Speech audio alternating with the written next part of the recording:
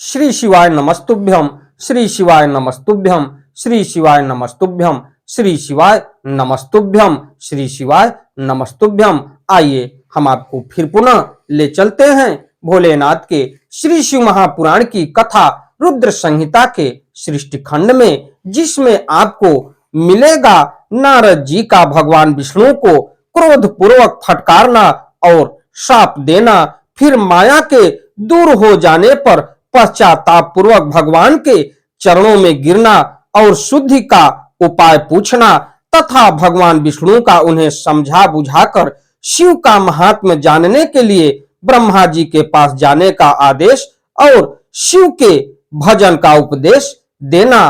तो ये नारद मुनि को भगवान विष्णु को शाप देना और उसके बाद नारद मुनि को पश्चाताप होना, पश्चाताप के पश्चात फिर पुनः देखा जाए तो भगवान विष्णु के श्री चरणों में समर्पित होने के बाद पश्चाताप का निदान दूर होने के लिए उन्हें परमपिता ब्रह्मा के पास भेजे कि आप वहीं पर जाइए और भोलेनाथ की स्तुति करिए। तो आपको हम ले चलते हैं रुद्र संहिता के सृष्टि खंड के चतुर्थो अध्याय में, यानी चौथे अध्याय में, जिसमें आपको मिलेगा नारद का अहंकार और भोलेनाथ की स्तुति।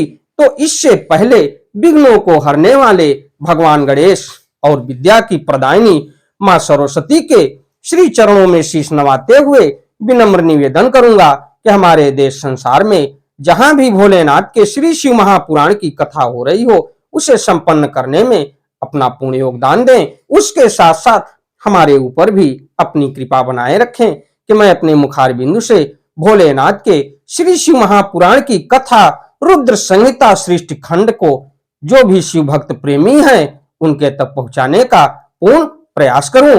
तो उसके पश्चात देखा जाए तो भोलेनाथ की माया ऐसी है कि वो थोड़े से तप और थोड़े से पूजन अर्चन से ही प्रसन्न होते हैं और अपने भक्तों को अच्छा फल और वरदान भी देते हैं। तो ओम श्री शांब शिवाय नमः, ओम श्री गणेशाय नमः। त्वमेव माता च पिता त्वमेव बंधुश्च सखा त्वमेव विद्या द्रविड़म त्वमेव सर्वम मम देव देव। तो भोलेनाथ के श्री शिव महापुराण की कथा को देखा जाए तो पुराणों में सबसे उत्तम पुराण माना गया है भोलेनाथ का श्री शिव महापुराण का कथा, जो महर्षि वेद व्यास द्वारा प्रणीत है। और देखा जाए तो आज इस कलयुग का विवेचन के हिसाब से देखा जाए तो हमारे महर्षियों ने कलयुग की पूरी काल अवध और कलयुग का अंत कैसा रहेगा और कलयुग में मनुष्यों की प्रकृति कैसी बदलती जाएगी, इस चीज का विवेचन तो देखा जाए तो महर्षियों ने पहले से ही कर रखा है। लेकिन हमारे आपके बीच में अगर कोई धार्मिक कथा का प्रवचन या भागवत पुराण हो रहा हो तो उसे सुनने का पूर्ण प्रयास किया जाए, जिससे हमारे और आपके ऊपर कलयुग का प्रभाव न पड़े। तो थोड़े से सूक्ष्म बातों के लिए मैं आपको पीछे ले चलता हूं, उसके पश्चात संस्कृत और उसका उच्चारण हिंदी तक पहुंचाने का पूर्ण प्रयास करूंगा। तो देखा जाए तो शुद्ध बुद्धि से युक्त हो गए नारद जी और उन्हें पूर्ववत ज्ञान प्राप्त हो गया और उनकी सारी व्याकुलता जाती रही। इससे उनके मन में बड़ा विस्मय हुआ। वे पश्चाताप करके बार बार अपनी निंदा करने लगे। उस समय उन्होंने ज्ञानी को भी मोह में डालने वाली भगवान शंभु की माया की सराहना की। तदंतर यह जानकर ही माया के कारण ही मैं भ्रम में पड़ गया था। वैष्णव शिरोमणि नारद जी भगवान विष्णु के चरणों में गिर पड़े। तो इसके पश्चात मैं आपको संस्कृत में ले चलता हूं और उसका उच्चारण हिंदी तक पहुंचाने का पूर्ण प्रयास करूंगा। हर्युपस्थापितः प्राह वचनम नष्ट दुर्मति माया दुरुत्तयः प्रोक्ता मोहितेन कुबुद्धिना दत्तः शापोपि ते नाथ वित्तथम कुरु तम प्रभो महात्पा म कारसम ही यास्यामि निरयम ध्रुवम। तो भगवान श्री हरि ने उन्हें उठाकर खड़ा कर दिया। उस समय अपनी दुर्बुद्धि नष्ट हो जाने के कारण वे बोले, माया से मोहित होने के कारण मेरी बुद्धि बिगड़ गई थी, इसलिए मैंने आपके प्रति बहुत दुर्वचन कहे हैं। हे नाथ, मैंने आपको शाप तक दे डाला है। हे प्रभु, उस शाप को आप मिथ्या कर दीजिए। हाय, मैंने बहुत बड़ा पाप किया है, अब मैं निश्चय ही नरक में पड़ूंगा। हे हरे, मैं आपका दास हूं, तो काम उपायम हरे कुर्याम दासोहम ते तमादिश ए न पाप कुलम नश्यन निर्यो न भवेन ममम। तो इसके पश्चात देखा जाए तो अतः आज बताइए मैं क्या उपाय, कौन सा प्रायश्चित करूं जिससे मेरा पाप समूह नष्ट हो जाए और मुझे नरक को न गिरना पड़े। ऐसा नारद मुनि भगवान विष्णु से कह रहे हैं। तो इत्युक्त्वा स पुनर्विष्णु पादयोर्मुनि सत्तम पपात सुतिर्भक्त्या पश्चाताप मुपागतः अथ विष्णुस्तमुत्थाप्य वभाषे सुनुतम वचः। तो ऐसा कहकर शुद्ध बुद्धि वाले मुनि शिरोमणि नारद जी पुनः भक्ति भाव से भगवान विष्णु के चरणों में गिर पड़े। उस समय उन्हें बड़ा पश्चाताप हो रहा था। तब श्री विष्णु उन्हें उठाकर मधुर वाणी में कहने लगे। तो विष्णु उवाच, भगवान विष्णु क्या बोले नारद जी के लिए, इसके लिए मैं आपको ले चलता हूं। न खेदम कुरु में भक्त वरस्तम नात्र संशय शृणुतात प्रवक्ष्यामि सुहितम तव निश्चयात निरस्यते न भवता शिवः समते विधास्याति यद कर्षिहम शिववचो विथतम मद मोहितः स दत्तवाणी दृशंते फलम कर्म फलप्रद।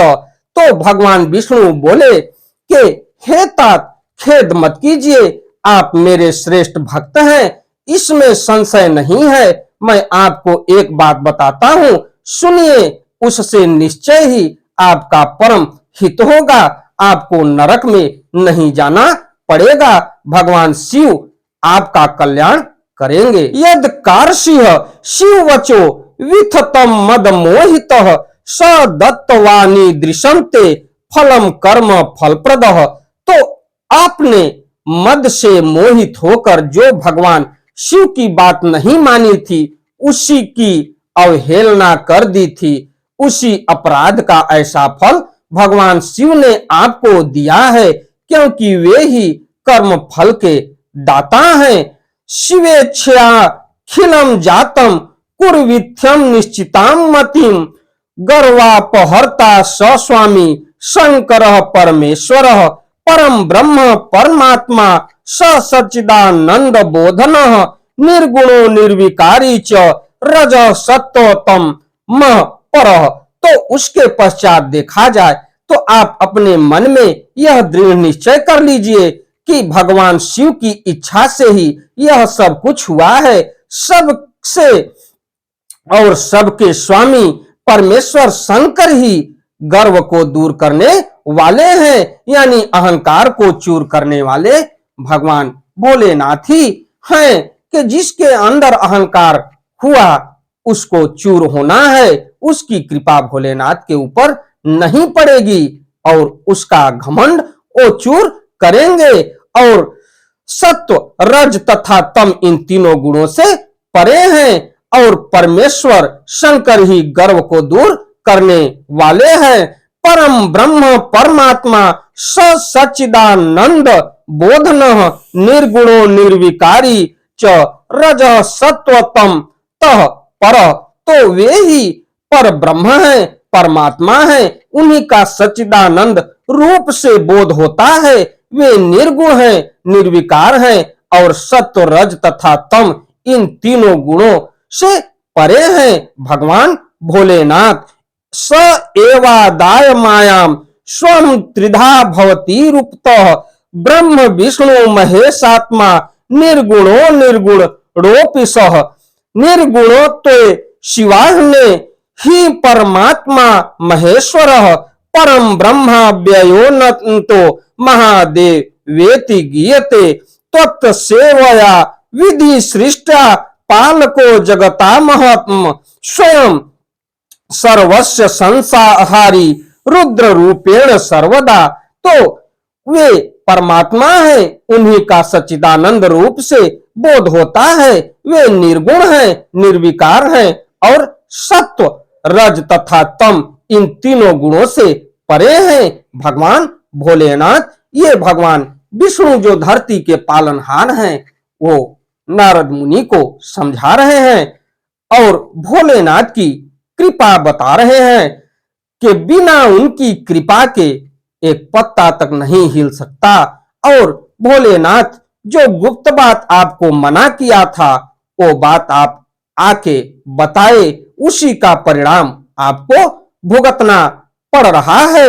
और नारद मुनि भी ये कह रहे हैं भगवान विष्णु से कि हमसे तो बड़ा अत्याचार हुआ और हम आपको श्राप भी दिए, हम तो नरक के भागी होंगे। लेकिन देखा जाए तो भगवान विष्णु नारद मुनि के भी मोक्ष और उद्धार का स्थान बता रहे हैं कि भगवान भोलेनाथ के श्री चरणों में ही स्थान है।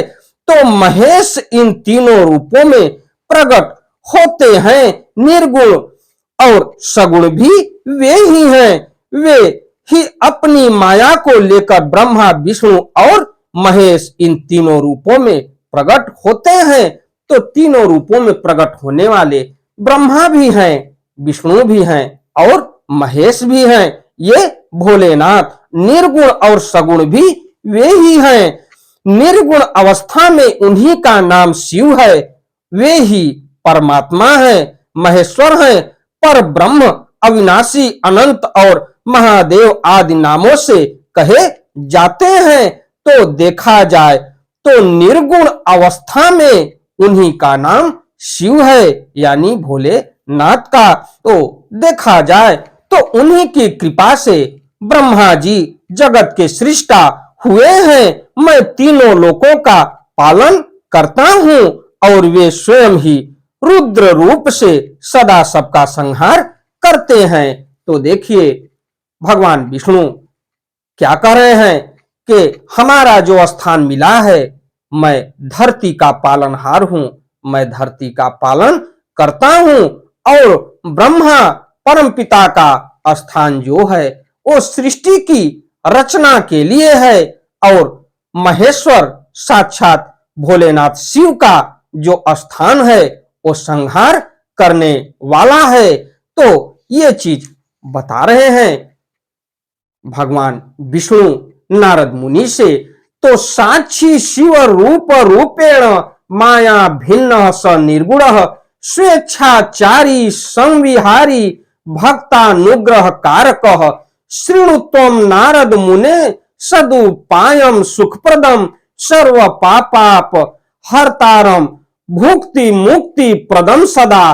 तो वे शिव स्वरूप से सबके साक्षी हैं, माया से भिन्न और निर्गुण हैं।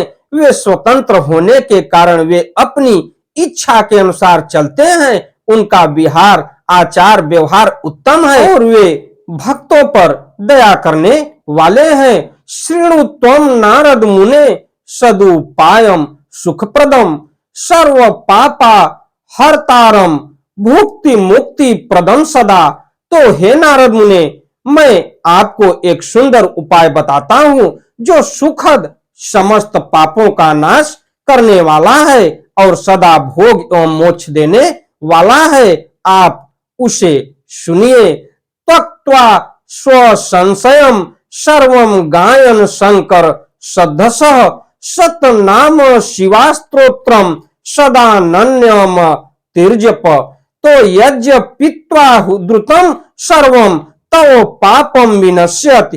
तो अपने समस्त संशयों को त्याग कर आप भगवान शंकर के सुयश का गान कीजिए और सदा अनन्य भाव से शिव के सत्य नाम स्तोत्र का पाठ कीजिए, जिसका पाठ करने से आपके समस्त पाप शीघ्र ही नष्ट हो जाएंगे। तो देखा जाए तो जब नारद मुनि को ये सत्य नाम स्तोत्र का पाठ करने से उनका समस्त पाप शीघ्र नष्ट हो जा रहा है, तो हमको आपको भोलेनाथ की श्री शिव महापुराण की कथा सुनने से तो और उत्तम फलों की प्राप्ति होगी। तो जहां तक हो सके भोलेनाथ के श्री शिव महापुराण के कथा को सुनिए और इसको समझने का प्रयास कीजिए।